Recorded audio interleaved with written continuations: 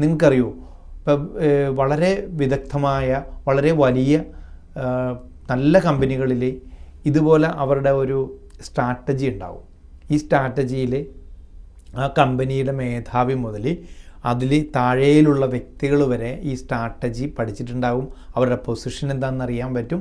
ആ ഓരോ വ്യക്തികളും ചെയ്യേണ്ട വർക്കുകൾ, ഓരോ ദിവസത്തെ വർക്കുകളും ഡിഫൈൻഡ് ആയിരിക്കും. 10 വർഷം കൊണ്ട് കമ്പനി ഉണ്ടാക്കാൻ പോകുന്ന കാര്യങ്ങൾ അവിടെ ഓഥറൈസ്ഡ് ആയിട്ടുള്ള ഓരോ വ്യക്തികളും അറിഞ്ഞിട്ടുണ്ടാവും. അതിലേക്കാണ് അവർ പോകുന്നതെന്ന് വ്യക്തമായിട്ടൊരു ധാരണ ആ കമ്പനിക്ക് ഉണ്ടാവും. അതുകൊണ്ട് അവരത് നേട്ടം കൊയ്യും.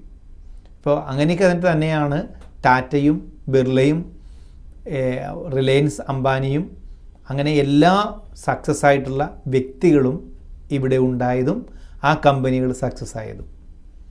അപ്പം അതുകൊണ്ട് ആ വ്യക്തമായൊരു ധാരണ ഉണ്ടാക്കിയെടുക്കുക എപ്പോഴും.